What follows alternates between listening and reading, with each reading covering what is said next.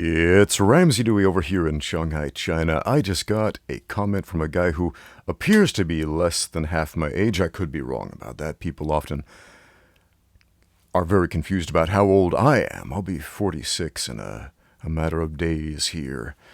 Now, I don't mean to dismiss your knowledge or experience or abilities because of your age, but I think this is interesting. Our friend says, Ramsey, what you need to understand is that great masters once lived. But today no one reaches that level anymore, because today's humanity is corrupt, sinful, lazy, and stupid. These masters were deep, very spiritual, not like modern MMA fighters. Trust me. Trust me. Were you there? Were you there? I mean, you're what, like 16 years old? Okay. I'm being asked to trust this guy in regards to his experience of what happened in the past prior to his birth. Let's put that aside for a second. Okay, look.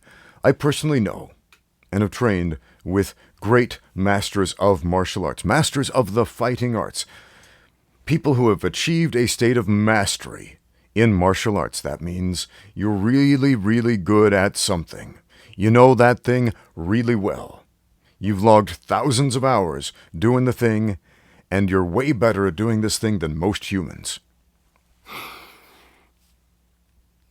Mastery of the fighting arts is not extinct. Quite the contrary. There are more people on this planet today than at any other point in history training in martial arts. Some casually, some professionally, some at a mediocre level. But because there is a much bigger pool of people doing it, we are getting a lot more result. In other words, there are more masters of martial arts on the planet today than there have ever been in the history of the world. This has produced an exponentially larger talent pool and wealth of experience than has ever been seen on planet Earth at any point in history.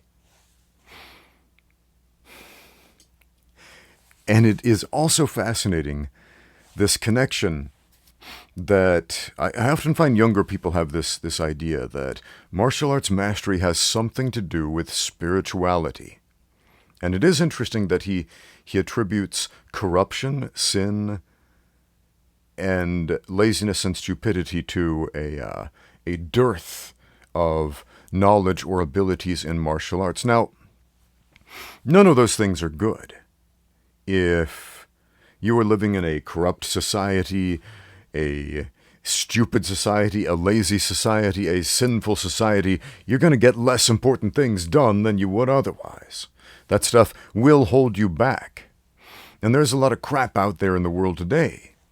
You could also argue there's more evil and sloth and sin and laziness and stupidity in the world today by virtue of having more people on the planet than ever before. Therefore, we're going to have a lot more stupid people. But the transverse is also true. We have more intelligent people on the planet, as far as sheer volume of numbers go, than we have ever had before in the history of ever. There are more hard-working people on the planet than ever before. So I live in the country of China. It's got a massive, massive population. For a large segment of recorded history, China has had the world's largest population, and because they have so many people, by virtue of having so many people, China kind of wins in the world records department as far as human accomplishments in a lot of categories. A lot. Is it because the Chinese are inherently awesome at stuff? We could make some arguments there, but I don't think so. I think it has more to do with the fact that they've got 1.4 billion people, and when you throw enough people at a problem, you tend to solve it quicker than you would if you just had one guy working at that problem. During the COVID pandemic, for example, there weren't enough hospitals in China to accommodate all the people who needed hospitals. So the government said, well, we've got 1.4 billion people. Let's have them build more hospitals. Then, boom, within a short time, there were enough hospitals to accommodate the problem. When you have enough people to throw at the problem, you can solve it pretty quickly. Now, the problem that is being introduced by this commenter is that there is a dearth of martial arts knowledge, that in the past, in this glorious rose-colored past, things were better somehow. I remember feeling like this when I was younger, and I'm not quite sure why I felt like this. Maybe it's because as a child growing up in a small rural farming town in rural Idaho, we didn't see any martial arts masters around there with the farmers and the cowboys.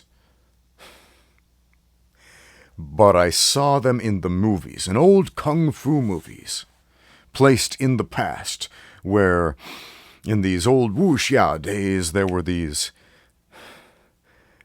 heroic, bold, brave, spiritual, and not stupid and lazy masters of martial arts on screen who could do amazing things like fly through the air and beat a whole room of assailants with ease.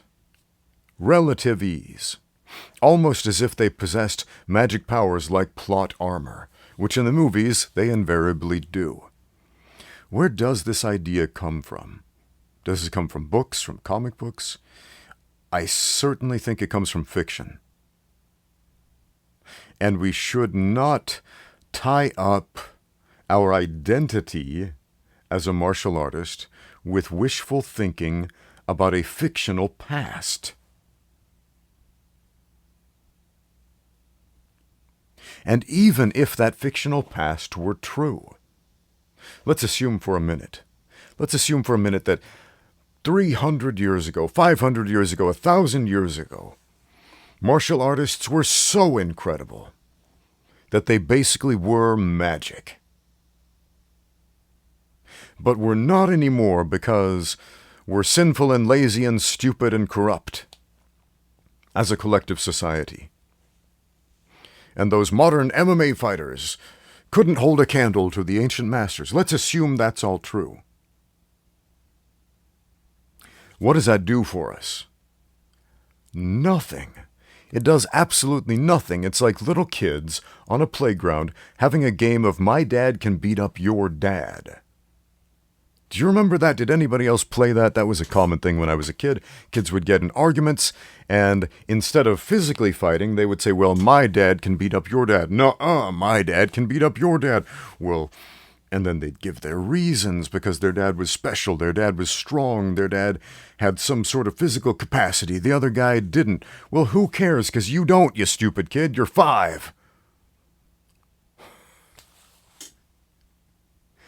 It doesn't matter if your dad is the greatest fighter in the world when you yourself are picking a fight on the playground, because he's not there to fight your battles for you.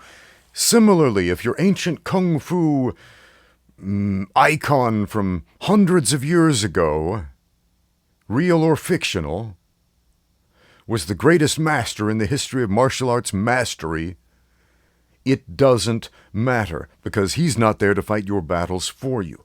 You are. So if you are serious about martial arts, it is your responsibility not just to get out there and train, which I'm always telling you to do, but I would admonish you, it is your responsibility to seek out the masters of the martial arts in the world today. They are out there. They exist. Who they are, what they can do, is better than magic because it's real. And it's learnable. And you can learn it by getting out there and training with these guys. How do you recognize it? Put it to the test. Exercise that particle of faith, right? We start with a little bit of hope.